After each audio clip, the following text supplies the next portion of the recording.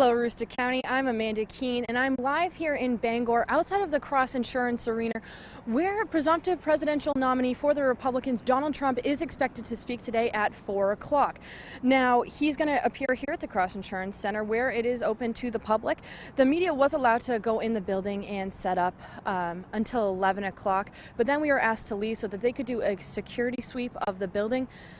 And then we will be allowed back in around 1 o'clock. As you can see behind me, there are already people lined up here. He is not expected to speak until 4 o'clock, but there are already people milling around and lining up to see Donald Trump speak. Back in March, the Maine caucuses happened, and Donald Trump did not win. Ted Cruz of Texas received about 46% of the vote here in Maine, where Donald Trump only received about a third of the vote. He lost the most here in Penobscot County, where he was not able to win, and John Kasich received a few votes as well in that Maine caucus.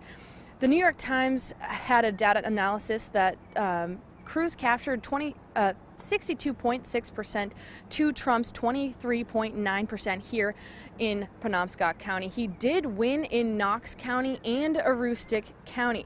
Nicole Duplessis and I are here for the day. We will be updating you live on Twitter as well as on Facebook all day long. Be sure to tune into WAGM at 5:30 and 6 o'clock for full coverage of this event. Live in Bangor, I'm Amanda Keane for News Source 8.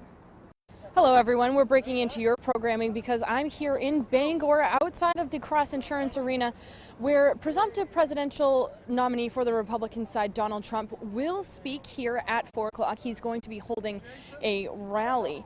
Now the rain is really coming down on here. It was just pouring a moment ago. If you look behind me, you can see the line of folks is just growing by the minute. People donned with umbrellas, ponchos, all kinds of things, braving the rain. Just really excited to see Donald Trump speak in person here in Maine.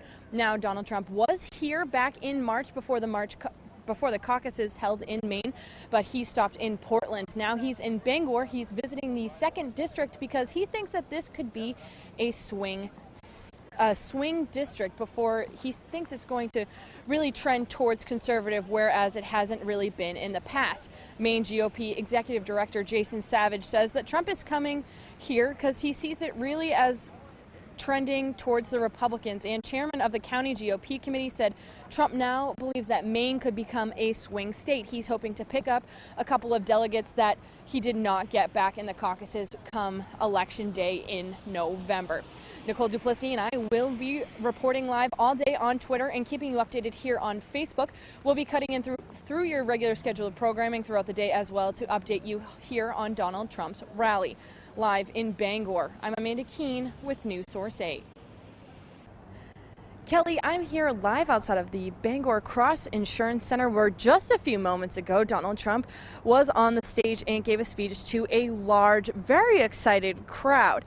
It was a few things that came up before the event. A senior policy advisor took the stage, as well as Howie Carr, who's known for his radio show, also aided in introducing Trump. And then Governor LePage also introduced Trump. He was the one to really hand off the microphone to Trump while he spoke to the crowd. He talked about fair trade, saying he doesn't care if it's free or fair. He really just cares that there's good deals for America. And he's also got big cheers from the crowd when talking about building a wall or veterans. We are going to take care of our vets properly. Our vets are not being taken care of. We're going to win at the border. We're going to build the wall. The wall is going to be built, going to be paid for by Mexico. It's going to be paid for. We're going to win at the border. We're going to have a wall. We need the wall. We have to stop the drugs from coming in. And those things weren't the only things that got big cheers from the crowd. Trump saying all kinds of things to get really big cheers, but those aren't the only things. Nicole Duplessis joins me right now, and she has the other side of it. She has the jeers more so than the cheers. Nicole? Thanks. Isaac, the presumptive Republican nominee Donald Trump visited Bangor today, and I made the trip down to talk to some people who came out to see Trump speak. Bright and early Wednesday morning, Sandy Merritt and Cindy Jo Hansen packed up their cars and drove south from Aroostook County to Bangor to see their nominee speak. I think it's exciting. I think he's running a campaign similar to Reagan, for those of us who can remember that. I think he's running a 50-state campaign, and I'm impressed. I love that he's willing to show every part of the United States how much he loves us and cares about us. It's great. I think it shows everybody that he's part of the working man's force and really cares about the people of Maine, from no matter where they're from. It isn't all about Portland. There's a whole other part of the state that needs him to help make this state great again. Cindy and Sandy have been Trump supporters from the beginning, but Jeff Connor isn't so sure. He came to the rally to get the Trump experience. I don't think he's a great candidate for president. However, I think it's fun to watch from a distance. I'm sometimes scared of how close this is getting to a reality, but hoping that it doesn't, and in the meantime, enjoying just watching all of this. There were a few times that the crowd broke out into Trump chants, but not everyone was so happy to see him in town.